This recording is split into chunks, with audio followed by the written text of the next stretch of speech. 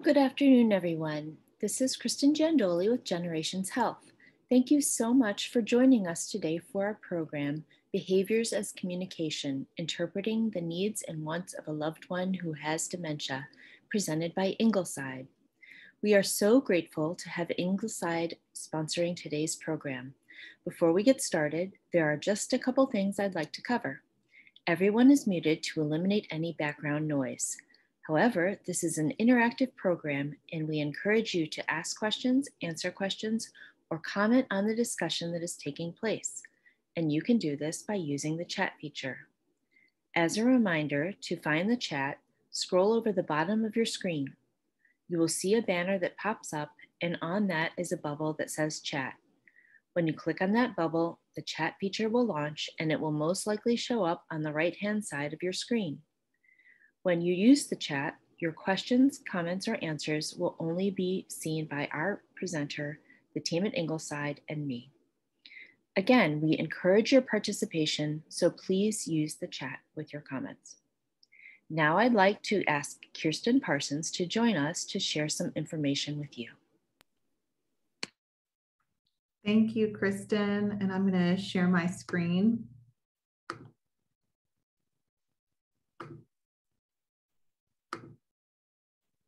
So I want to thank each and every one of you for joining us today. I'm so grateful to have Jennifer, share with us her experience and educate each and every one of us on these communication strategies. I am your point of contact at Ingleside for assisted living and our memory support assisted living.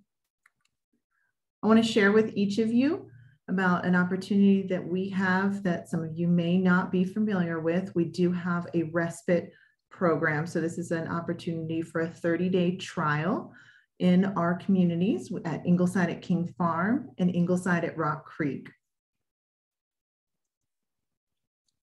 For those of you who are only familiar with maybe one of our communities, we are one of three.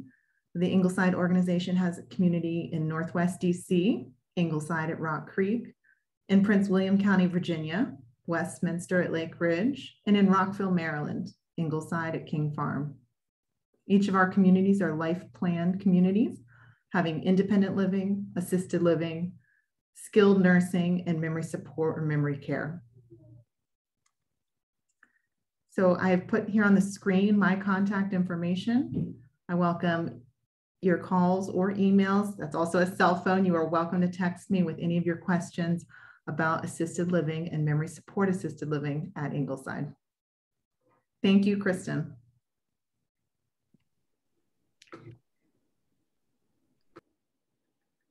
Thank you, Kirsten. Now I'd like to ask you some questions. Are you hoping to better understand how to connect with your loved one who has dementia? Do you want to better reduce your stress caring for someone with dementia? If you answered yes to either of these questions, you are in the right place. Today's presenter is the author of Cruising Through Caregiving, Reducing the Stress of Caring for Your Loved One, and a longtime gerontology instructor at Johns Hopkins University's Certificate on Aging program. One of less than 800 certified speaking professionals worldwide, she has been featured in national media, including ABC, CBS, The Washington Post, and the Chicago Tribune. When she's not speaking and writing about caregiving and healthcare, she can be found wandering around consignment shops looking for a great deal. Please join me in welcoming all the way from Kent Island, Maryland, Jennifer FitzPatrick, MSW CSP. Well, welcome everybody. Thank you so much for being here today. We're going to jump right in. I want everybody to feel really comfortable writing in any questions, any comments. If there's a specific situation that you have going on with your loved one and you'd like some feedback, I can't promise to have all the answers, but we will do our very, very best to help you. So take this opportunity for yourself. This next hour is all about improving the situation for yourself and your loved one who has dementia. So it's all about interpreting the needs and wants of somebody who has dementia. So often professionals, as well as family members, become very frustrated and very challenged when somebody who has Alzheimer's or Lewy body or frontotemporal dementia, when they have what we call behaviors. Maybe they're wandering, and we'll talk about the different behaviors. Maybe they're screaming and we can't figure out why. Maybe they're sulking in the corner and we can't figure out why. Maybe they're hitting or they're pushing. But all of that is really an attempt for your loved one to tell us something, to communicate with us. All of us on this event right now, we have the luxury of making sure that we have the luxury of our brains working properly. And with that, we have a lot of choices when we want to communicate. We can talk, we can write a note, we could send a text, we can ignore the situation if there's something on our minds, but we just choose not to communicate. Somebody with dementia does not have that luxury. They are not in the same situation as all of us. So we have to be very careful that we do not judge them the same way. So let's jump in and talk a little bit about dementia and what's happening to the brain. And again, we only have an hour, so we're not going to get into all the specific types of dementia. There's many, many types, many reasons that somebody can have cognitive impairment. But in general, somebody who has dementia typically has some of these symptoms, one or more of these symptoms: short-term memory loss, poor judgment, confusion, personality changes, lost in familiar places. So an example of short-term memory might be that you just had lunch an hour ago and you don't remember that you had lunch.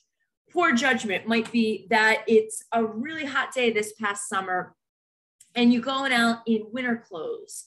Confusion, you might confuse your daughter for your sister.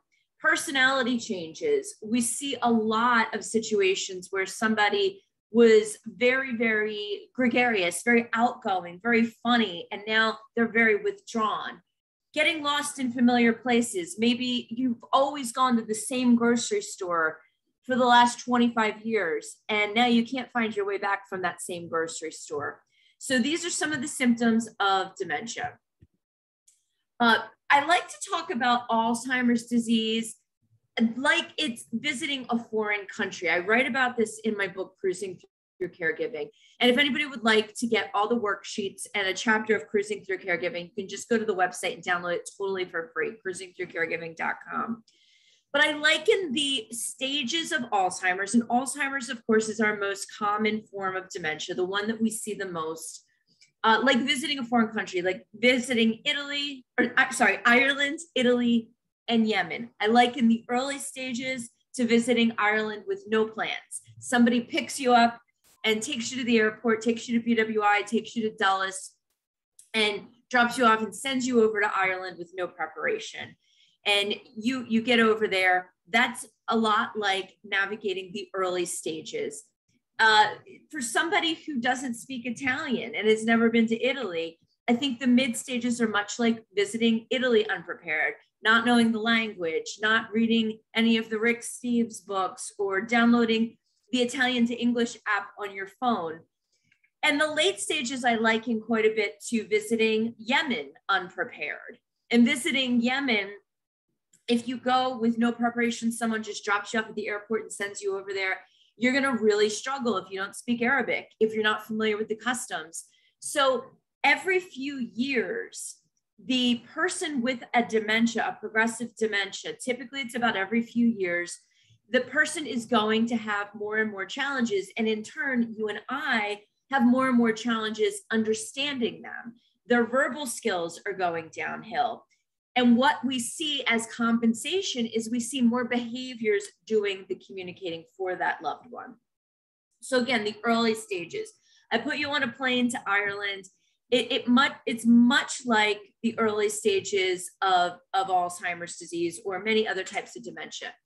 Your loved one starts to have trouble with word finding. And listen, we all have, it's normal aging to have those tip of the tongue moments that we forget the name of that great new show we're watching on Netflix, or we forget the name of somebody we met at a party last night. all of that is very common normal aging. But if we really truly can't get out the word for lamp or phone or coffee, lots of times the person's very aware that something is off, that something is wrong.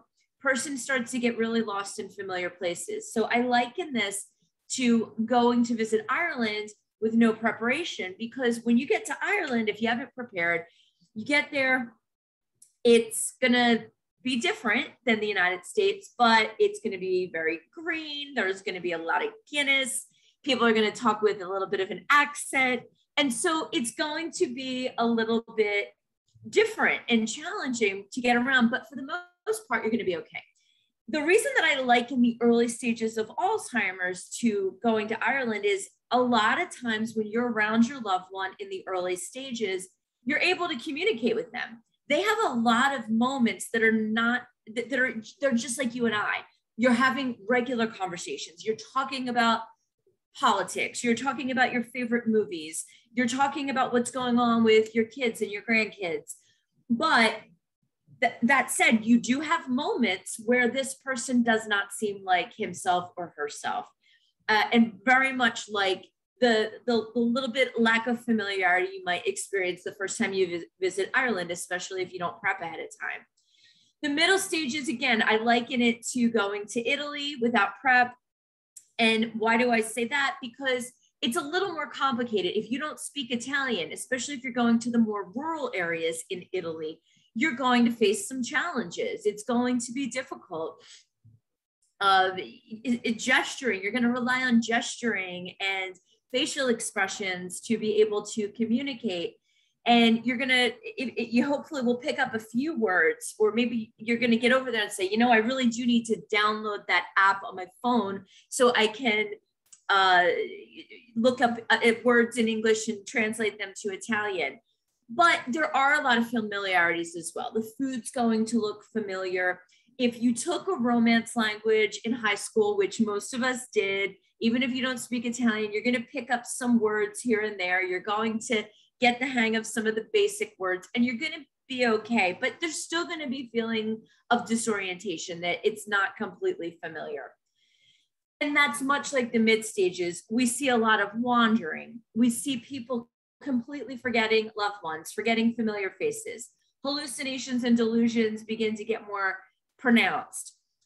Really hard time communicating. They're having a hard time understanding what you were saying, and we're having a hard time understanding what they're saying. And so they start to rely more and more on gesturing and behaviors to let you know what's going on with them. That said, you still will have your moments where you can have a conversation and it's going to make sense.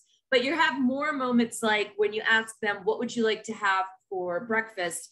And they say lamp. And you think, what are they talking about? I want to know what she wants for breakfast. And she says curtains. And it's very, very, very difficult to navigate this, especially if you haven't spent a lot of time understanding the disease.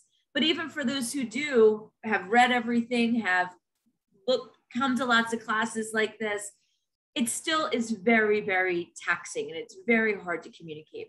Again, I want to invite folks to write in any questions at all that you have, anything that you want to ask, even if it's very specific to your loved one. We're glad to try to help you today.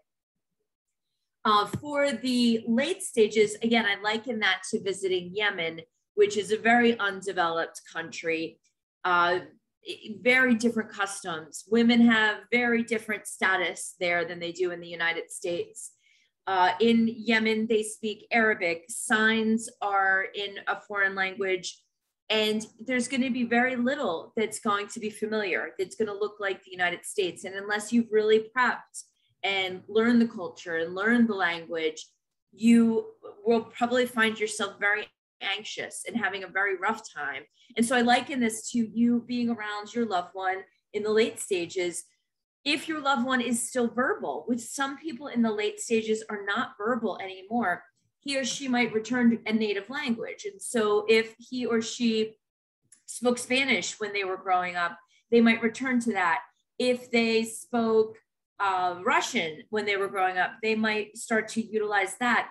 Although that said, I remember years ago working with family where the dad was in the hospital and he was speaking that foreign language, and the staff were all waiting around for the family to arrive, and they said, yes, he is sort of speaking our native language, his native tongue, but it's still gibberish. It still actually doesn't really make a whole lot of sense. And so that can happen too.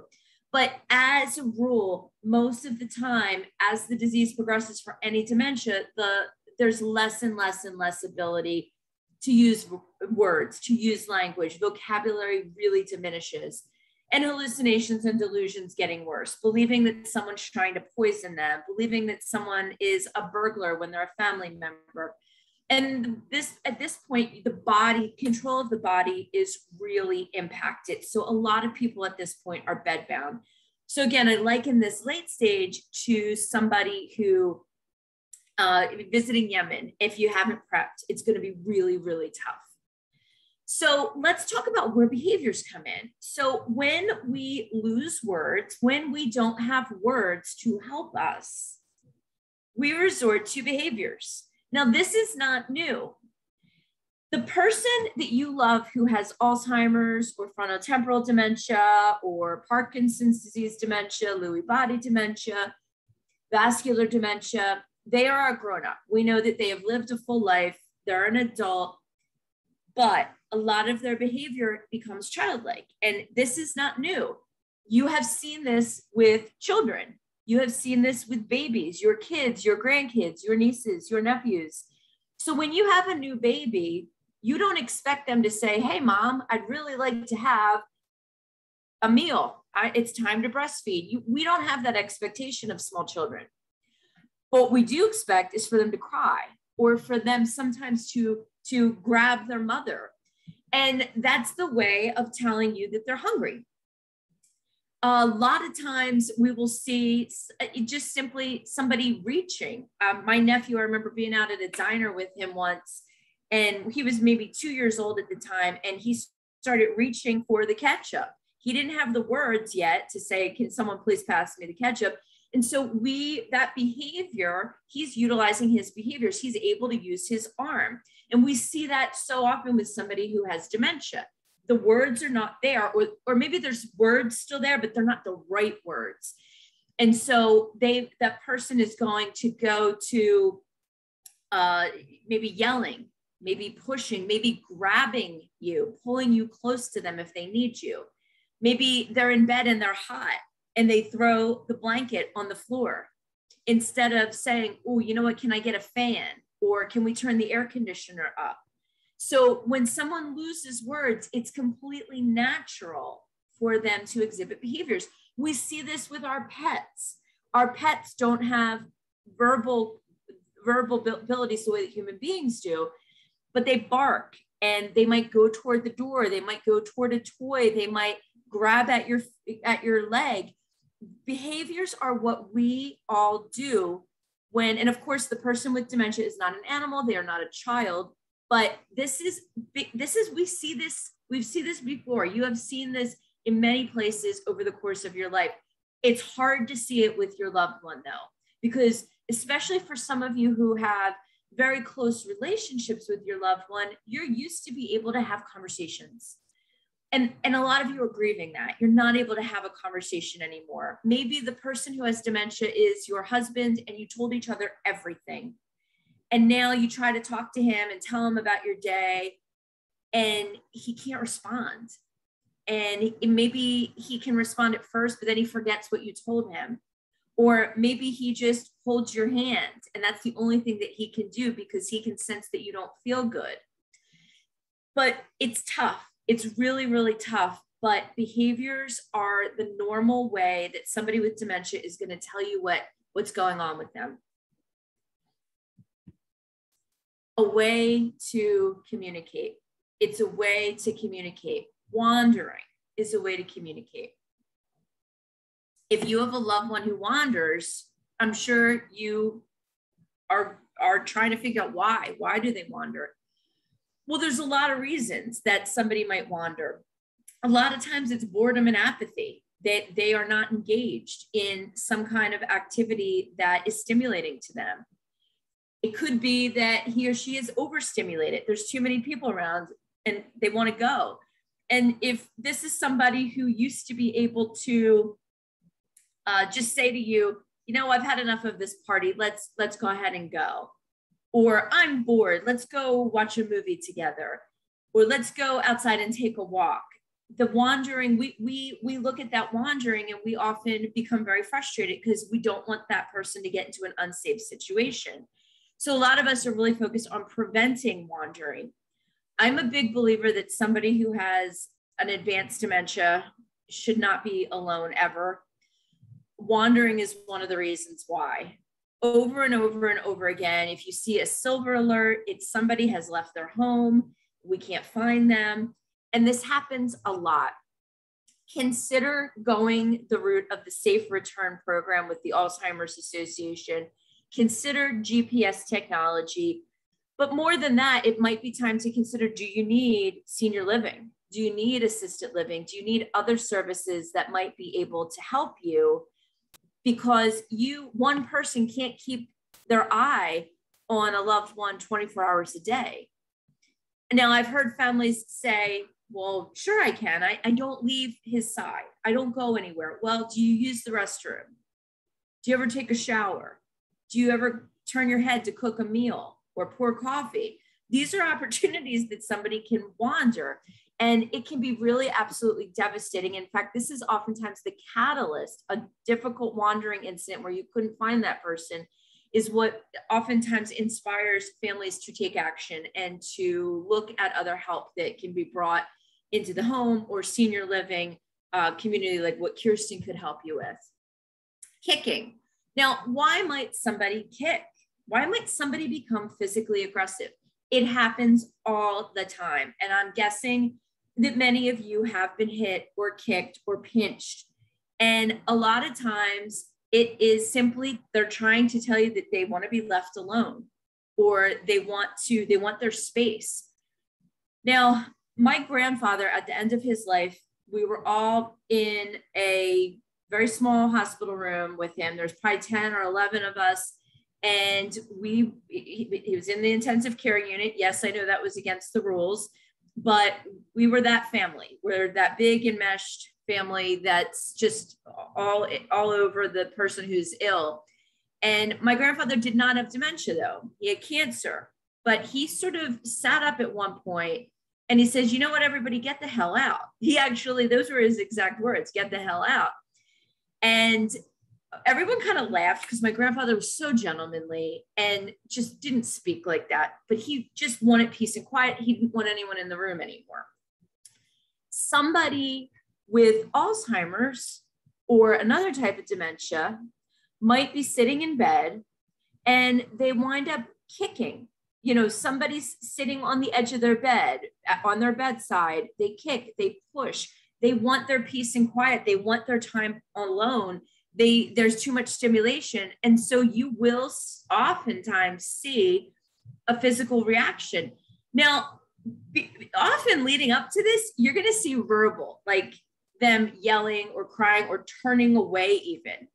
But oftentimes, if we don't get their cues, they escalate and it comes out with physical aggression. Eyerolling.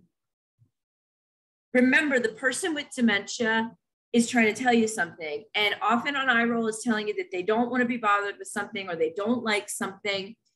And keep in mind that many of us, we have control over our facial expressions to a degree. Not always, but to a degree. And when you have an irreversible dementia, what we find so often is that inhibition is diminished. Our ability to, that inner monologue that says, that's not an appropriate thing to say or do, or I need to be very careful and have a poker face right now, that's not there anymore for your loved one. And so they're not necessarily screening themselves and using the social mores that a lot of us will use. Screaming, again, I was once in a senior living community and there was this common area. I was spending time with a client and her family, and across the room in this common area, there was this woman sitting in a chair, just yelling out, yelling out, yelling out. And probably about 5 minutes go by, and a nursing assistant came over and just sat next to her, and the screaming stopped.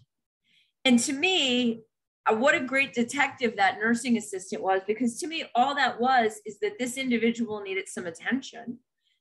Now, for all of us whose brains work properly, what do we do when we want attention? If you want to write in the chat section, feel free. Or if you want to write in any comments or any thoughts, any examples that you would like to share, you're very welcome to do that. But if we want attention, I know if I want attention from my husband, I sometimes will just say, hey, I want some attention. Hey, you're ignoring me. Hey, I want to talk to you.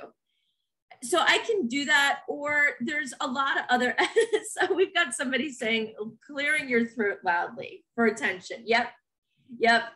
There's ways that we can do it.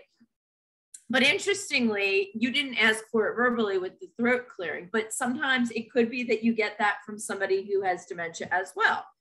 But we have choices. Saying, excuse me, Wanda says.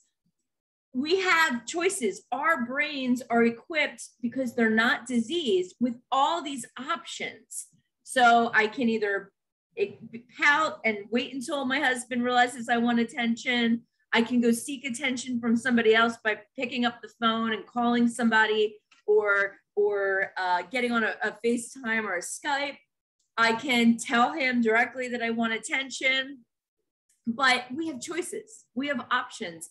But for somebody with dementia, a lot of times that behavior is their way of telling you, I want something, I want attention. Others shouting, same idea. Cursing, remember that lack of inhibition. That inner monologue that says, oh, this is not the place to do that or say that, goes by the wayside. Disrobing in public. Why might somebody do that? We see this a lot. The individual has to use the restroom. The individual is hot. The individual is tired and they think they're gonna go to bed. There's a lot of reasons. Sometimes it could be, there are instances where there is a sexual component to it, but in many, many cases, it's not sexual at all. It really is very simply, they're trying to get a need met. And maybe they don't realize that there's a lot of other people in the room, or they don't realize that it's not time for bed yet. So it's typically, it's not, a lot of families get it into their heads that this mom knows, she knows better. Or my husband, he does this only around certain people. Or I can tell you right now that if your loved one had the option to be able to have their brain working like ours, I believe that they would. They are not intentionally trying to hurt anybody. They're not trying to embarrass anyone or cause problems. They're simply trying to live and get their needs met, just like we all are every day. Walking away, sometimes walking away in the middle of the conversation, it could be saying, I'm bored. I need a break. For a lot of us, if we want to walk away from a conversation, we try to think of a segue. Oh, I'm going to go get a beverage. If you're at a gathering, I'm going to go to the restroom. Oh, I'm going to go say hi to this person. Sometimes just walking away is their way of saying, I'm through with this conversation, or I'm going to go engage in something else. Pushing.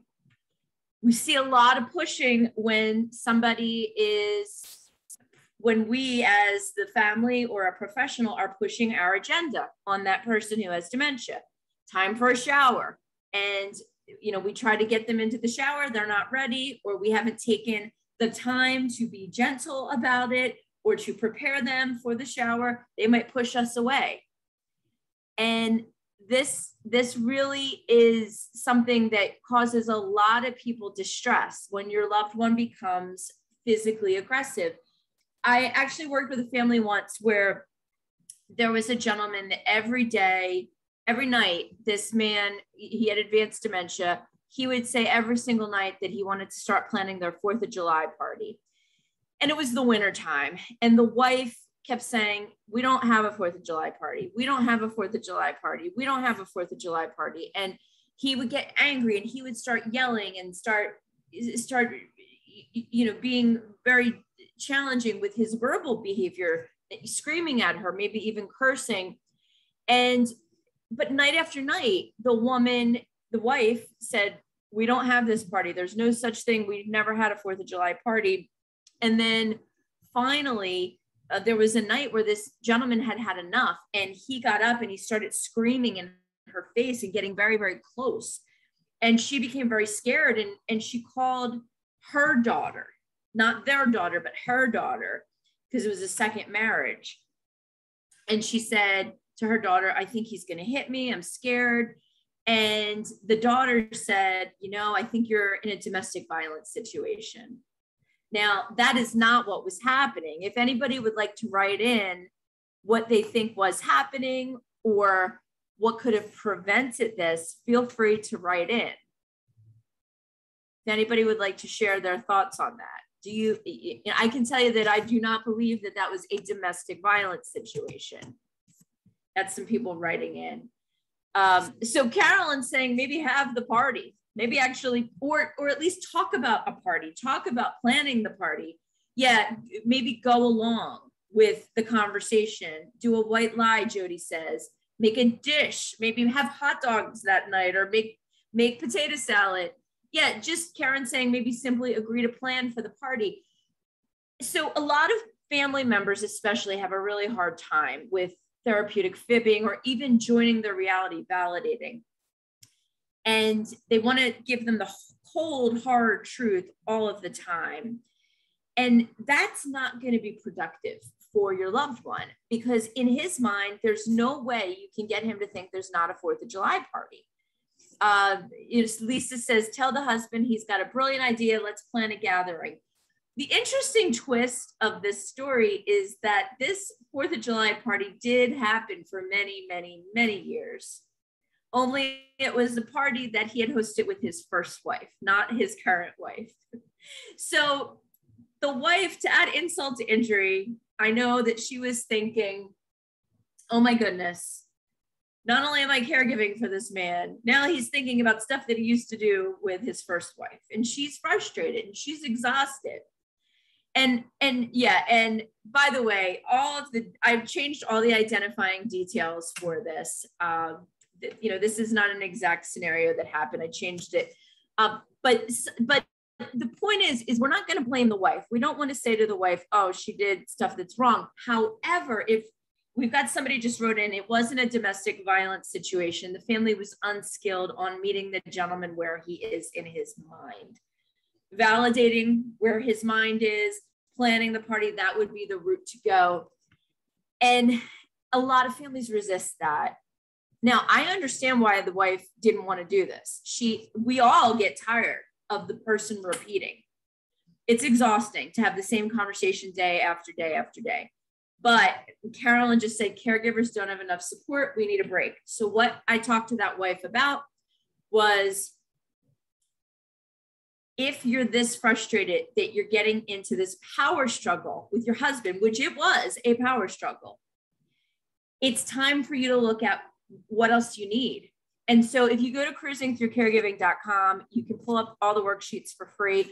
There's a worksheet on simply how to identify other people in your friend, family, neighbor, faith community network that can help you with caregiving. There are ways to figuring out what items that you could possibly outsource. But what this woman and I had a conversation about was if she could do that, but also, is it time for adult day? Or is it time for senior living? Or is it time to bring a little paid help into the home, maybe in the evenings, so someone else can have the conversation about the 4th of July cookout? Because it doesn't matter how educated you are as a family member. It doesn't matter. You're going to reach a breaking point because it's exhausting. It's probably the most exhausting type of caregiving in the world. So know that while we'd love to see the caregiver, the wife, have handled it differently, it's understandable that she's just exhausted and exasperated. But if you change your approach a little bit, if you shift your approach, you can prevent the verbal aggression a lot of times, and you can prevent the physical aggression. And now listen, this is very different. If this man had been an abusive husband, that's a different story. This man had been nothing but loving and gentle during the entire marriage that they had. So this really was a matter of either getting more help or changing your approach. And I know it's hard to do. I'm not underestimating how hard it is, but you can prevent some of these verbally and physically aggressive behaviors. Crying. Sometimes it's simply sadness for a variety of reasons. There's something in their memory. We want to be really mindful of the environment and what do we have on as far as music and television? Is there anything that's stimulating a challenging response that would make that person cry? So I want you to be thinking, what might your loved one be trying to tell you that they can't say through words? Whenever you see or experience a behavior of your loved one, especially one that upsets you or you find very difficult, just take a step back, take a breath and say, what might she be trying to tell me?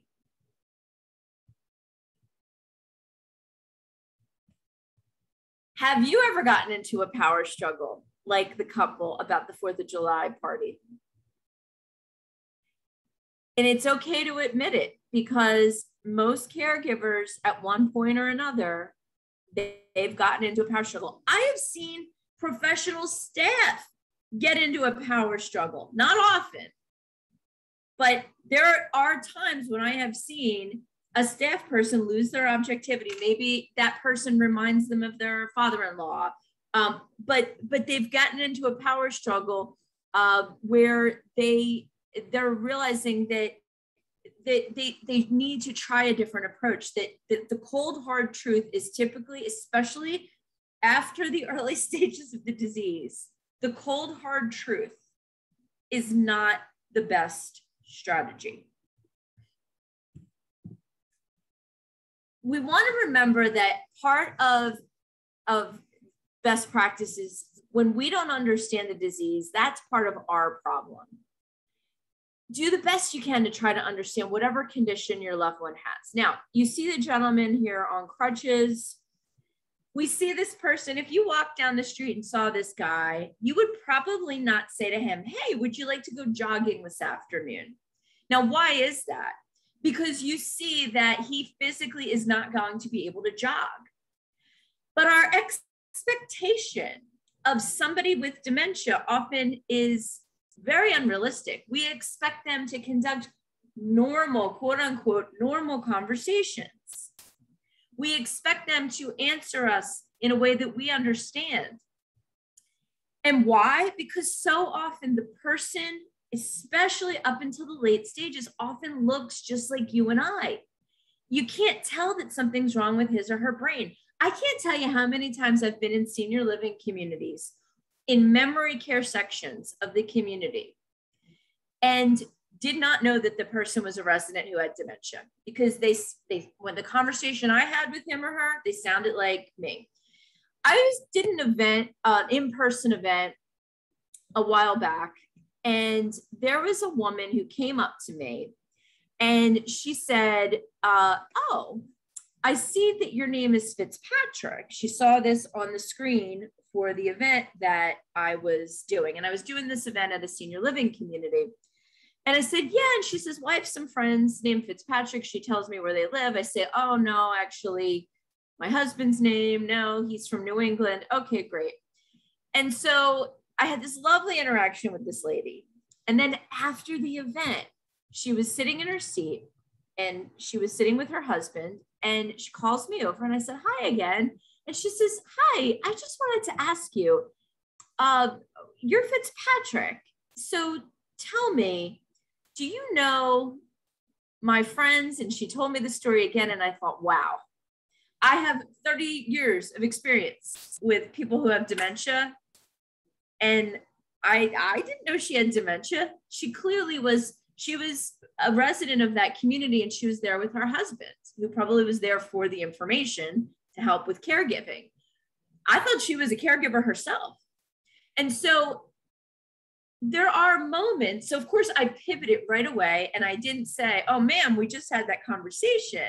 I said, oh, actually, no. And I said the exact same thing over and over again. Now, I know that that's easy because it was one interaction. You are dealing with those interactions all the time. But if they're making you crazy, if you're exhausted, you've got to get more help. And it might be time to have a conversation with Kirsten or look inward to your family and friend network. Think about who can be part of helping reduce the stress that you're carrying around. Okay, so, okay, all right, so very, very good. So just looking at the chat section. So what are they telling you? So I got some examples of kids here. And so the child on the left is my niece, Betty. And you can see the expression on her face. On the child on the right is my nephew, Enzo, with my husband. And Enzo, when he got on our boat, that's our boat, he got on our boat that day and he sat right in the captain's chair. And he wanted to drive the boat. And that it was just so clear. He had his hands on the steering wheel. He maybe wasn't able to exactly say that, but my husband put him on his lap at one point and let him steer the boat. He was telling us something, even though he didn't have all of the words. My niece, Betty here, you may be able to notice, is very upset. She's crying. And she was saying goodbye to an au pair that had been in her home for several years. They were at the airport. It's her mom holding her. And I can tell you right now that I don't think that Betty knew that her au pair was leaving for good, but her mood was contagious from Megan's, because Megan, I know, was crying and very, very upset. The au pair was crying and very, very upset. And so sometimes the facial expression is going to be, or the behavior is going to tell you something, but also know that our moods and our facial expressions and our actions can influence your loved one's moods too. Again, I know that your loved one with dementia is an adult, they're not a child, but we see this all the time with kids. And I feel like those examples can really help us to understand. The Enzo and Betty, their brains are growing while your loved one's brain is diseased and their brain abilities are diminishing. Yeah, absolutely. Moods can be contagious for sure. So what are they trying to tell you? So we said, when you see a behavior or you observe a behavior, especially one that's really frustrating you, try to figure it out. Be a detective. Ask yourself, could it be something that they like Enzo, something that they dislike, mom crying, the nanny crying. They're telling you about how they feel. When he got in her face, that gentleman with his wife with the 4th of July barbecue, and he was shaking his fist and getting very into her face, he was saying he was frustrated. He was angry. He didn't want to argue. We are the ones that have to do the detective work. Our brains are the ones that are working properly. Their brains are not. We cannot expect them to act like us. We've got to be the ones that take charge of the situation. Could your loved one be in pain? If you start to have a headache today, you have options. You can take ibuprofen or aspirin, Tylenol. You can take a nap. You can put a warm compress on your head. You can meditate. You can ignore it. You can make a doctor's appointment.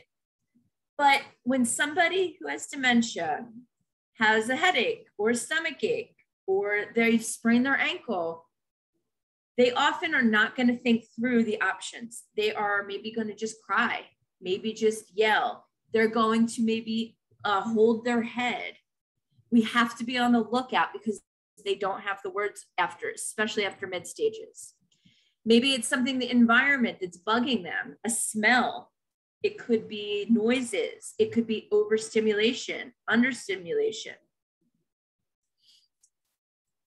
So Leslie asks, would you treat behavior differently dependent upon whether the person has vascular dementia versus Alzheimer's? I would not. Typically, it's really just about getting to know your loved one's condition and knowing what is typical for your loved one. For example, I once worked with a family who said that their mom only made one noise in the late stages of her dementia. But they could tell by the tone of the noise, whether she was tired, whether she was hungry, whether she wanted attention.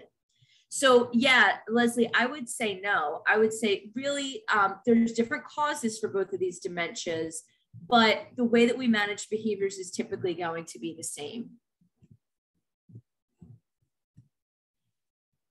Also, a new behavior can sometimes tell us that the disease is progressing, that we're entering a new phase, that we're simply trying to get a need met. Like the example of my nephew when he was trying to reach for the ketchup and he was grabbing that, just trying to get a need met. He wanted ketchup for his French fries. It was really that simple. He's not trying to say, oh, I don't believe in table manners. He's just trying to get his need met. Do they want to be alone or do they want attention? Remember, all of us are able to have lots of choices about how we want to communicate that.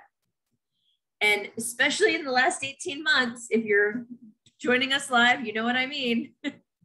Hopefully people will listen to this recording in the future and this will be a distant memory, but there have been times in the last 18 months where I have had to say to my husband, I really need to be alone. I need some time alone because we're spending a lot of time together. But we have that choice. We have that choice. People with dementia really don't. Is your loved one tired?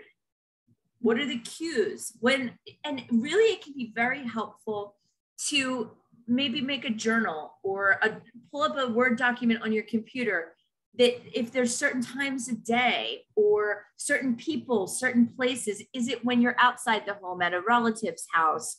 Is it when you're at a large gathering?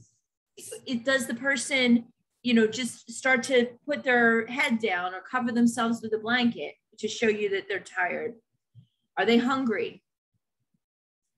The biggest one, and the one that I want you to all remember as you interpret behaviors and you try to communicate better with your loved one, is don't argue. Don't resist the power struggle.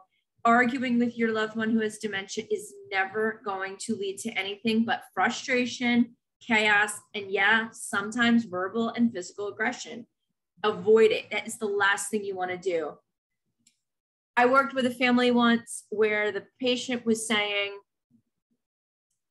I know you're stealing from me, saying this to their daughter. Meanwhile, their daughter is paying for the senior living community that they're living in. And it took a long time for the daughter to say, I'm really sorry, Mom.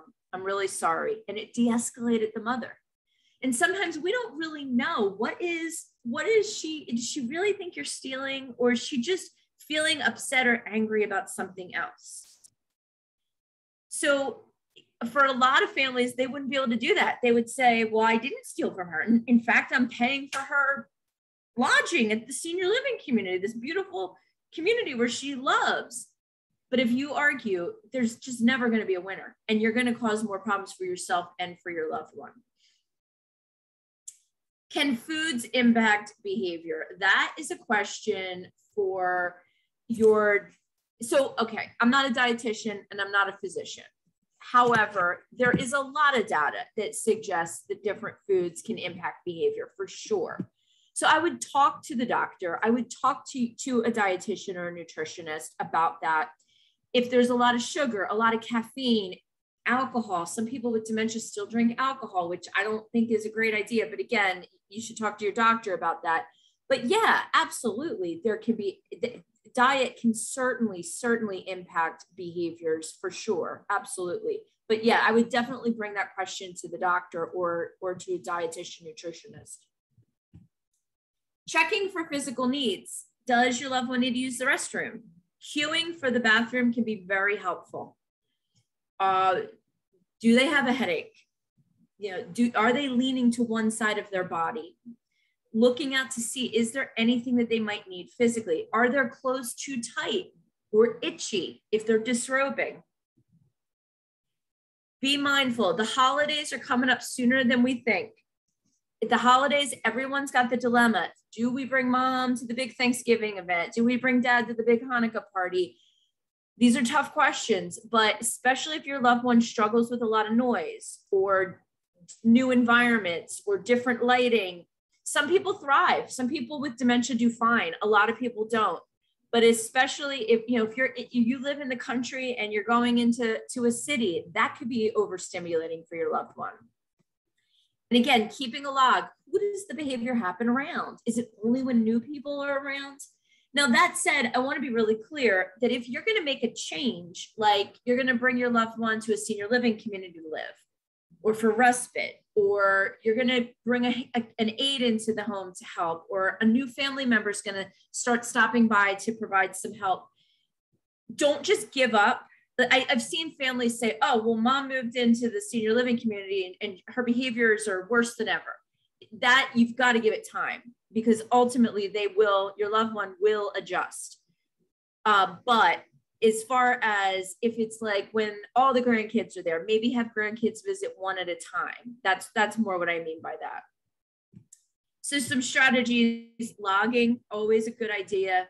Validating, Naomi Files books are great. Validation Breakthrough especially.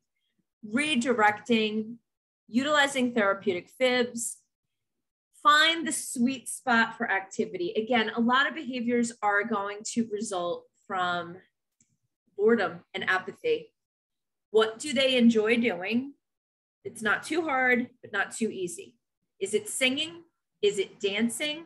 Is it watching old movies that are in his or her long-term memory? Is it listening to patriotic music? Is it taking long walks? Is it swimming?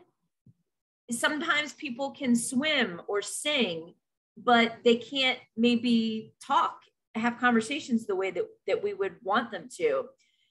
Doing art projects, gardening. What we find so often, and one of the reasons that we see a lot of behaviors in the private home, is because family caregivers just simply don't have the energy to be constantly engaging in activity. It's huge. Figure out a way, wherever you are, if your loved one is at home, but if in senior living and adult day, that is one of the benefits that your loved one will benefit from. They won't be bored. They won't be the apathy. Talk to your doc about med options. Also, for you, the family caregiver, please take breaks, get help. It's never too late to course correct. And for those of you who have said, I told my husband I'll be the only one to care for him, or I told my mom she'll never have to move, read my chapter in Cruising Through Caregiving on the promise, because those are promises perhaps that you made when you didn't really know what you were agreeing to. And it's never too late to course correct and adjust. So when you're stressed out, your loved one is not getting the best care, truly. So you have to take care of yourself. So for a free chapter of the book, please go to cruisingthroughcaregiving.com and you can get all the worksheets. I think there's 7 worksheets. And also, Kristen's going to put up a survey. It's 30 seconds. It's 3 small questions. If you'd like to share any feedback about today. And now I'm going to say thank you so much to Kirsten for putting on this program, and I'm going to invite her to come back on.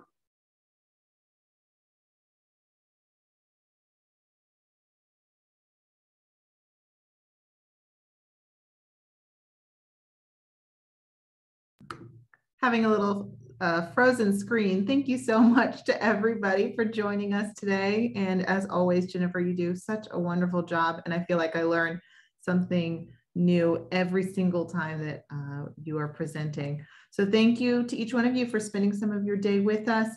And my phone number and email are in the chat box. Have a wonderful rest of your day. Thank you, Jennifer, for that very informative presentation. And thank you, Kirsten, for being with us today. And thank you, Ingleside, for sponsoring this program. This concludes our presentation. We appreciate you being here today. Thank you again. Have a wonderful week, and we look forward to seeing you again soon. Take care.